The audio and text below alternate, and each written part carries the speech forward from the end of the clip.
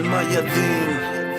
Las bombas caen, son bases claves del enclave en la redonda esfera, nave insignia porque saben que si las masas no saben, salen masas y las lanzas ante el hierro saben morir sus sueños de libertad, de humanidad sin yugo. La información será la mejor carta ante el verdugo, porque a su condición se llevó vidas porque pudo.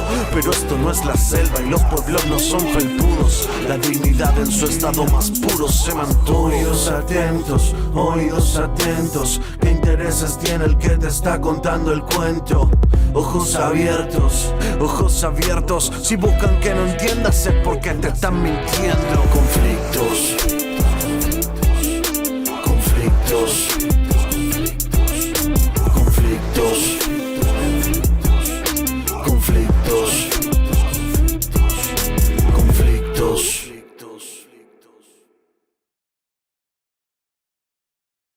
El año 2022 puede considerarse como el momento en que se evidenciaron los vínculos entre nazismo y sionismo. ¿De qué manera?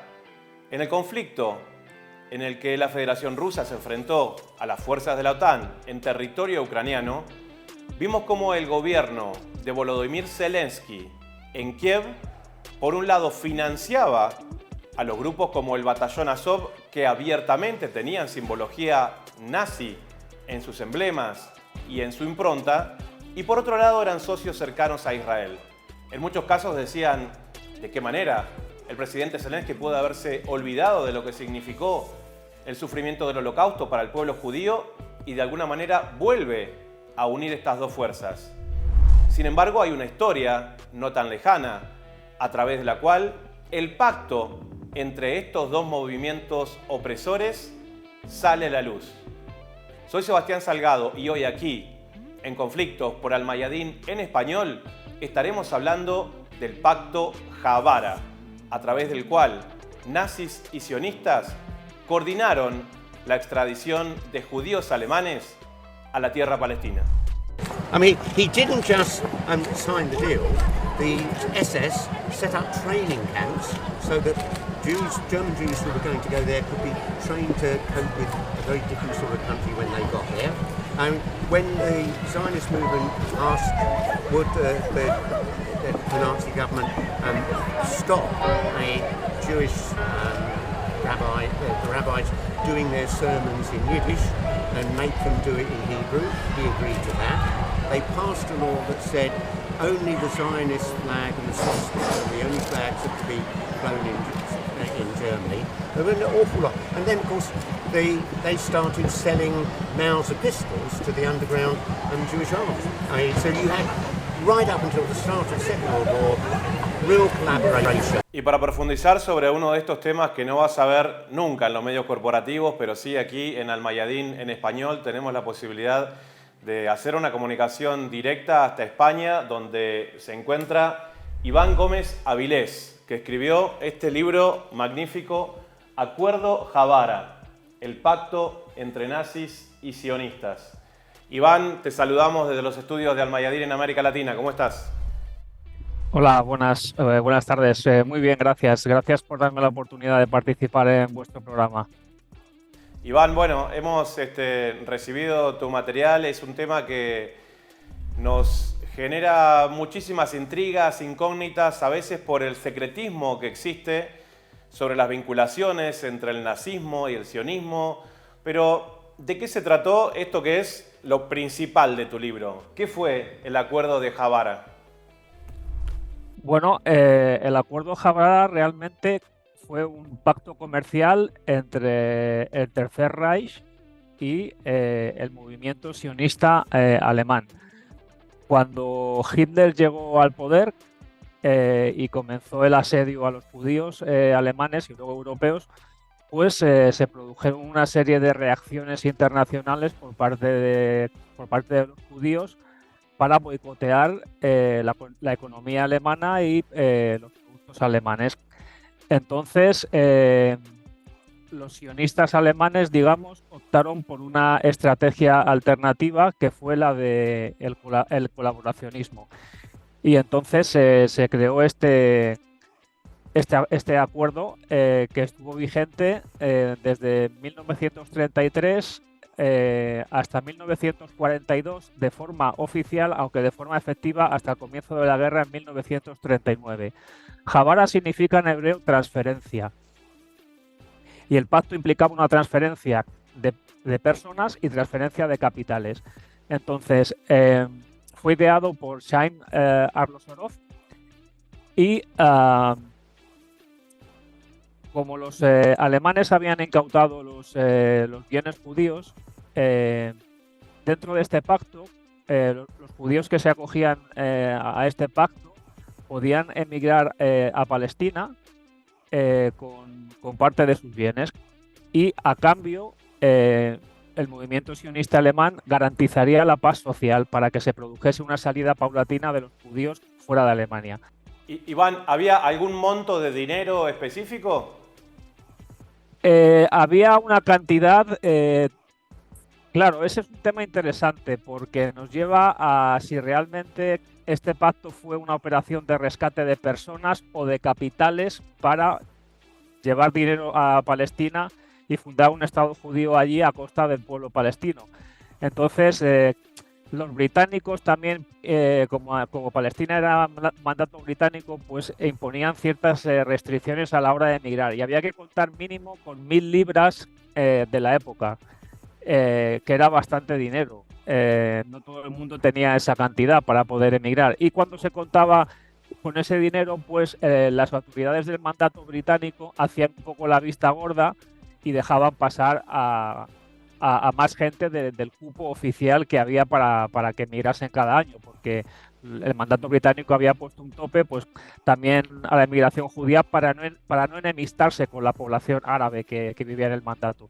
Iván, a ver, vamos a posicionarnos un poquito históricamente. Estamos en los años previos a la Segunda Guerra Mundial. Estamos en un momento en que el nazismo todavía estaba batallando con su propia economía y que existía un boicot por parte de organizaciones judías a nivel internacional para no comprar productos alemanes.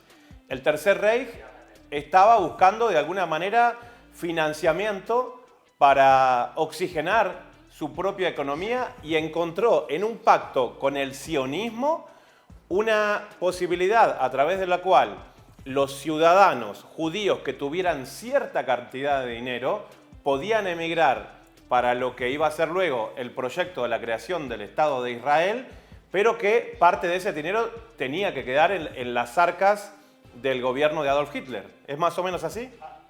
Sí, efectivamente. Ahora te explico porque ese es uno de los puntos claves del pacto.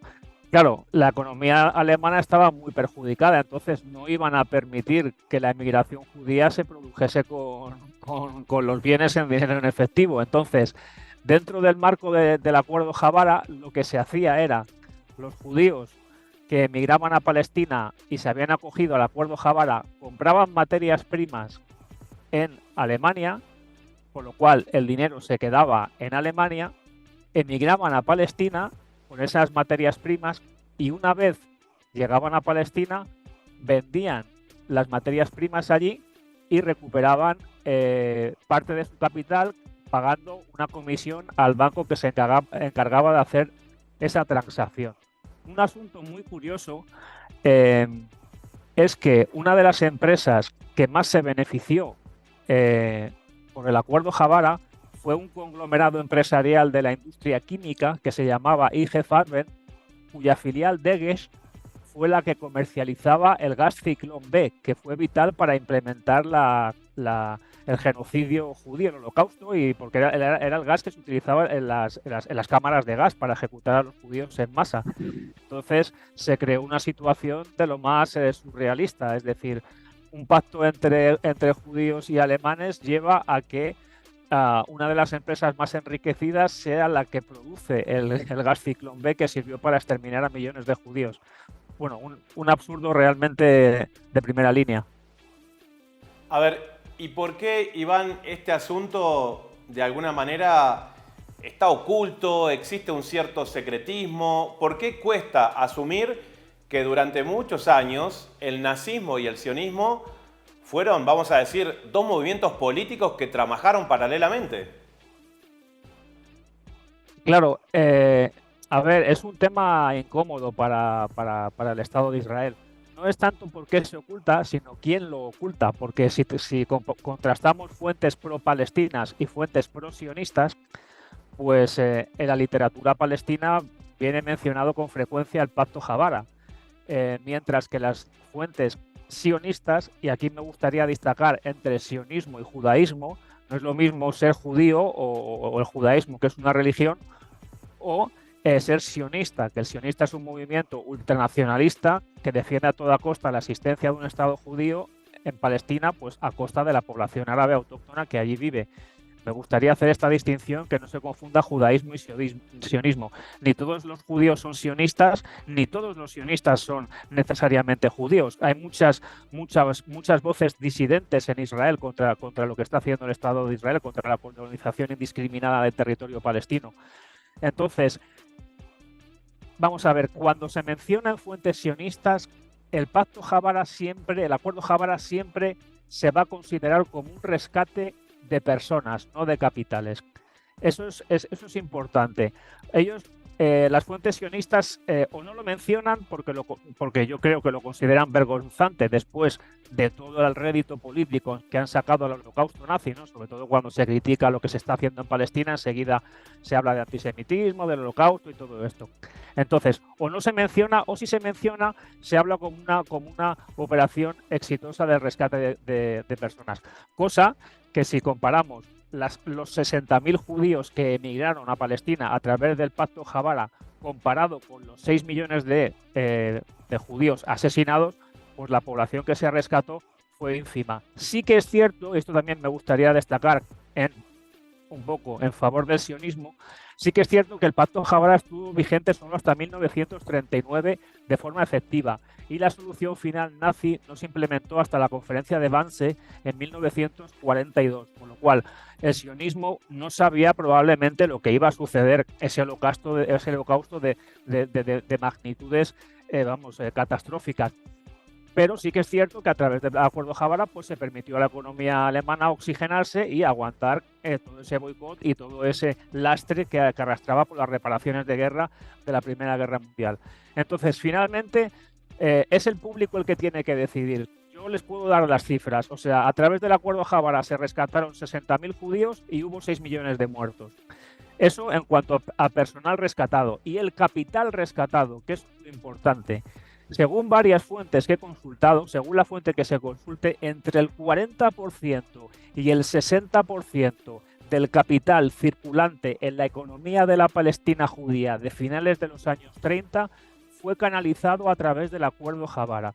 ¿Esto qué permitió?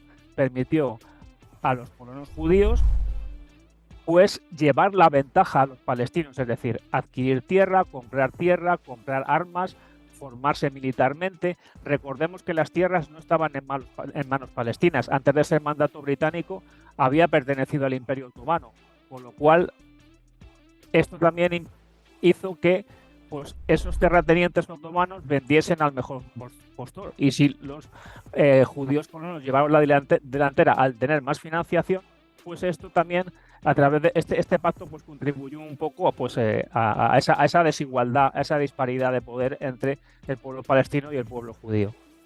Ahora, Iván, según los números que vos me estás dando, sacando porcentajes, podríamos decir que el Acuerdo Javara salvó, podemos decir así, al 1% de la población alemana judía, que se condice a veces con el 1% más rico que hay en la sociedad de cualquier país, y que podríamos interpretar que al mismo tiempo el sionismo, si bien como vos bien decís, y me parece históricamente correcto recordarlo, no tendrían dimensión de lo que iba a venir en los campos de concentración de Auschwitz y otros, no se preocuparon por los judíos más pobres que existían en Alemania. Lamentablemente, no. Yo cuando comparo un poco el sionismo y el nazismo a nivel de ideología política, siempre digo, a ver si me sé explicar, los alemanes hicieron esa selección de la raza aria, ¿no? Digamos, pues los sionistas hicieron la selección de las personas más idóneas. De hecho, está documentado que gran parte de las personas que intentaron acogerse al acuerdo Javara fueron rechazadas, por lo cual es otro de los puntos que demuestra que no fue un rescate de personas, sino que fue un rescate de capitales. Los perfiles de idoneidad era el perfil capitalista, es decir, la persona que contaba con mínimo 1.000 libras y podían sacar de Alemania en materias primas un máximo de 4.000 libras esterlinas, que en aquella época se equiparaba a la libra palestina, me parece, pero bueno, en cualquier caso, hablemos de libras esterlinas. Pero era aproximadamente como para comprar una casa, 1.000 libras esterlinas, como para que tengamos idea. De sobra. De sobra. Una casa con una pequeña parcela en la Palestina de la época valdría 200, 300 libras esterlinas, o sea, no les daba de sobra para llevar una buena vida allí. Entonces, hicieron esos perfiles de idoneidad que era gente con dinero, gente joven para trabajar la tierra, mujeres jóvenes para procrear y, bueno, gente joven además, hombres jóvenes además de para trabajar la tierra, formar un ejército, construir infraestructuras, etcétera. Entonces, yo es lo que siempre intento que es lo que habla el libro. Fue un rescate de capitales, fue un rescate de personas. Yo aquí arrojo las cifras y cada uno que decida. Con las cifras que hay, hombre, yo intento ser objetivo, pero creo que está bastante claro que las cifras hablan por sí solas. Iván, cuando abordás este tipo de temas que son tan espinosos para algunos círculos de poder muy concentrados, a veces las consecuencias aparecen. Y me imagino que debe ser difícil difundir y conseguir editoriales para contar estas historias. Vos como historiador, ¿por qué te decidís a encarar un tema como este? Bueno, sí, es difícil encontrar editoriales. Al final se acaba encontrando, porque cuando tienes un tema interesante, lo documentas bien, que eso es importante. Siempre que tratas un tema, bueno, por norma general hay que documentarlo bien, pero cuando es espinoso o peliagudo, aún más. Siempre es difícil encontrar editorial. Yo personalmente no he tenido ningún problema. Sí que es cierto que tengo poca repercusión, entonces a nivel de ciertas amenazas y todo eso no he tenido ningún problema. ¿Y por qué me decidí? Hombre, es un tema que, me fastidia bastante la hipocresía que hay, sobre todo de dónde vienen lo que les ha ocurrido a los judíos durante el Tercer Reich, esa desgracia, que es que no ha habido matanza igual en la historia de la humanidad. Y realmente si el objetivo era fundar un Estado judío en Palestina para proteger a todos los ciudadanos judíos en el mundo que tengan algún tipo de persecución o problema en sus estados de origen, como pasó en Alemania, y que puedan emigrar a Palestina como hogar refugio, pues ese objetivo está cumplido ya con creces. El Estado de Israel es una realidad hoy en día, es totalmente viable y está reconocido internacionalmente por casi todos los países del mundo. Y yo no entiendo por qué no dejan a los palestinos que en el territorio que les queda que constituyan su Estado, pues Gaza, Cisjordania y Jerusalén Este. O sea, no me parece una injusticia y por eso es lo que me mueve un poco a investigar un poco la hipocresía y la injusticia. Y luego otro asunto también que me irrita bastante es el uso abusivo e interesado y falaz del término antisemitismo, porque el pueblo palestino es también un pueblo semita y según muchos genetistas, algunos de ellos de la Universidad de Oxford, que son judíos, cuidado, han llegado a decir que, o el propio historiador israelí Shlomo Sand, historiador de la Universidad de Tel Aviv, de que la mayoría de los ciudadanos que habitan en Israel no son de origen semita, son de origen askenazim, que serían procedentes de la zona del Cáucaso, de Ucrania, de un reino que hubo allí judío en el siglo VI, y a medida que se extendieron las invasiones mongolas, se fueron mudando hacia Europa del Este y posteriormente a Alemania, y luego a finales del siglo XIX empezó la colonización de Palestina y con el nazismo se intensificó. Descendientes de los házaros, podríamos decir, que es un pueblo que se convirtió al judaísmo. Efectivamente. Y entonces a mí lo que más me irrita es cuando se critica lo que está haciendo el Estado de Israel con los palestinos, pues hay una tendencia a hablar de antisemitismo, cuando es un pueblo que en teoría, que es el Estado de Israel, no es de origen semita, está confinando en guetos, expropiando territorios, demoliendo casas de un pueblo que es semita, y cuando se critica eso, se tacha al que critica de antisemitismo. O sea, es una situación totalmente surrealista y rocambolesca. Iván Gómez Avilés, autor de Acuerdo Javara, el pacto entre nazis y sionistas, historiador, investigador, te agradecemos mucho tu presencia aquí en Conflictos por Almayadín en español y esperamos verte en una próxima oportunidad. Y desde España nos trasladamos ahora hasta Chile, donde se encuentra Nicolás Jadua, quien es analista internacional y conoce mucho también sobre el Pacto Javara y también sobre su historia. Nicolás, un gusto saludarte y encontrarte nuevamente aquí por Almayadín en español. No, el gusto es mío, Sebastián, un agrado participar contigo y también felicitar al autor del libro, ¿no? Espero algún día conocerlo o algún día tener el libro, ¿no? Me encantaría. Seguramente está apenas llegando a América Latina, seguramente pronto estará en Santiago. Nicolás, ¿cuál es tu perspectiva del pacto o del acuerdo Javara? ¿Qué es, qué fue y de dónde surge? Qué buena pregunta, Sebastián. Me voy a remontar al Congreso de Basilea, ¿no? Del año 1897, donde los sionistas acuerdan la creación de un Estado judío exclusivo y se dieron a la tarea de buscar un lugar. Entonces, y ahí en ese deambular, una de las primeras opciones fue tu país, ¿no? Argentina.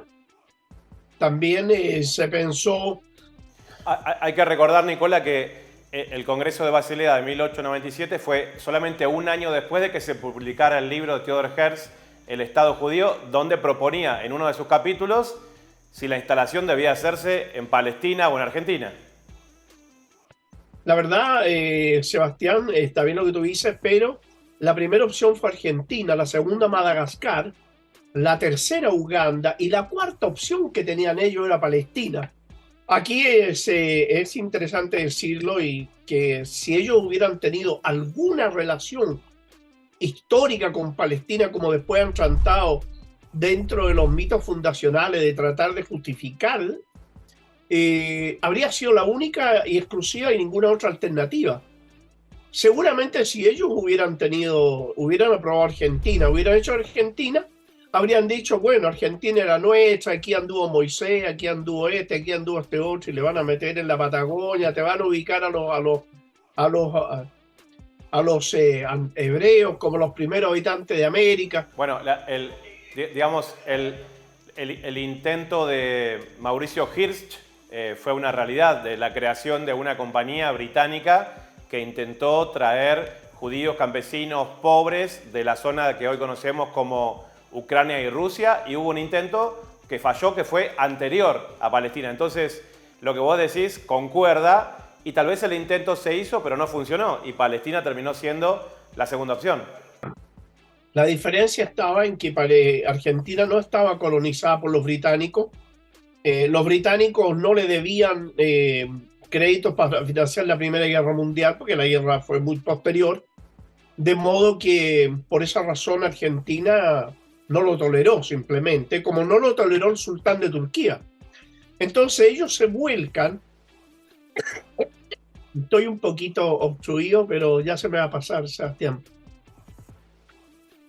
Se vuelcan a la Rusia zarista, a Polonia y al sector de Ucrania, porque ahí, junto con Alemania, eran los tres lugares con mayor cantidad de judíos del mundo. La mayoría conversos, ¿no? Eran hazaros, no eran originarios del territorio palestino, sino que eran judíos europeos. El caso concreto es que cuando plantean ellos esto, la emigración a Palestina de los judíos, a ninguno le pareció atractivo dejar sus países, trasladarse a Palestina, tomar un fusil, matar a los campesinos palestinos, quitarles su tierra. No lo consideraron ni inteligente ni funcional, y más aún, hubo una enorme cantidad de judíos que se opusieron. hasta el día de hoy están los Nature y Carta, ¿no? Entonces, ¿qué ocurre en ese momento, Sebastián? Y aquí vamos a ir lentamente llegando al acuerdo Habará. Ellos cuando pretenden movilizar a los judíos de esta zona, no había ninguna intención de los judíos de irse. Más aún, los sionistas inmediatamente crean un partido, el Bund, y con este partido ellos tratan de aliarse con los bolcheviques, con los partidos allí, pero querían ser federados para entrar en esos partidos como una nación aparte. Era el primer toque de transformar la religión judía en un concepto nacional. Lenin los manda a buena parte y en el tomo 40 de las obras completas de Lenin hay una parte muy extensa dedicada al sionismo y a esta situación que te relato, cuyo capítulo termina con la frase de Ilich Lenin que dice: por lo tanto, la idea sionista de una nación judía es por esencia y forma una idea reaccionaria llamada a servir los intereses del colonialismo. Esa fue la respuesta de Lenin a la propuesta sionista. Ante ese portazo, los sionistas buscan la alianza con el zar y empiezan a aliarse con el zar para culpar a los judíos de la Revolución Rusa. Ya no era la Revolución Rusa un problema de la estructura social, de la discriminación, de la pauperización de la población, de la situación pésima de existencia del campesinado y el obrero soviético y ruso, sino que se debía a una, según los sionistas, de acuerdo con el zar, se debería a una conspiración judía para dominar Rusia y el mundo. Curiosamente, en esos mismos años surge una obra perversa, una obra antisemita, que se llama Los Protocolos los Sabios de Sion, que si tú observas los Protocolos Sabios de Sion, no tiene pie de imprenta, no tiene autor conocido, no tiene nada. Entonces, esto fue una obra que hicieron los sionistas para promover el antisemitismo. Ya Teodoro Herzl lo dijo. Dijo, el antisemitismo está aumentando y yo con él. Entonces, ellos buscaban provocar antisemitismo porque no hubo ninguna intención de ir. Empiezan los pogromos, empieza la persecución de los judíos, misteriosamente los bolcheviques se oponen, y cuando van descubriendo resulta que eran de la policía secreta y elementos contratados por la Organización Sionista Mundial, quienes hacían los pogromos. Entonces, eso le dio relativo resultado porque muchos judíos empiezan a huir de Rusia y todo ese sector, Polonia, Ucrania, a Palestina, que fueron recibidos de muy buena manera por los palestinos y acogidos, además. Esto para esta situación una vez que están los bolcheviques en el poder, ya no emigran más, los obreros judíos siguen integrados a la revolución, como era lo natural, y paró la emigración a Palestina. El otro sector que tenía una gran cantidad de judíos y que tenía judíos que su nivel cultural, intelectual y económico era alto, eran los judíos alemanes. Entonces los sionistas, ante la situación existente, caótica en Alemania, desde el punto de vista del Tratado de Versalles, la limitación del desarrollo económico para Alemania, las limitaciones económicas que tenía, entonces los sionistas, que son el día de hoy, y lo eran en ese entonces, dueños y manipuladores del 100% del capital financiero norteamericano y el 100% del capital financiero europeo. Le proponen sortear el bloqueo a Alemania, sortear las limitaciones, favorecer el desarrollo económico alemán, a cambio de que los alemanes empezaran a trasladar a los judíos a Palestina. Nicola, cuando traemos un poco esa situación a la actualidad, seguimos viendo una serie de paralelismos Por ejemplo, en lo que este año nos tocó ver en el conflicto entre la Federación Rusa y la OTAN en territorio ucraniano, donde un gobierno abiertamente sionista, como es el de Volodymyr Zelensky, financia grupos neonazis, y mucha gente salió a decir, pero ¿cómo el presidente Zelensky se olvidó del sufrimiento del pueblo judío a manos de la Alemania nazi y está financiando a grupos neonazis? Es como que en este 2022 emergió toda esa situación que ellos habían estado tratando de ocultar durante tanto tiempo. Bueno, te voy a decir que en la extrema derecha sionista en Israel hay un enorme admirador del nazismo, ojo con eso.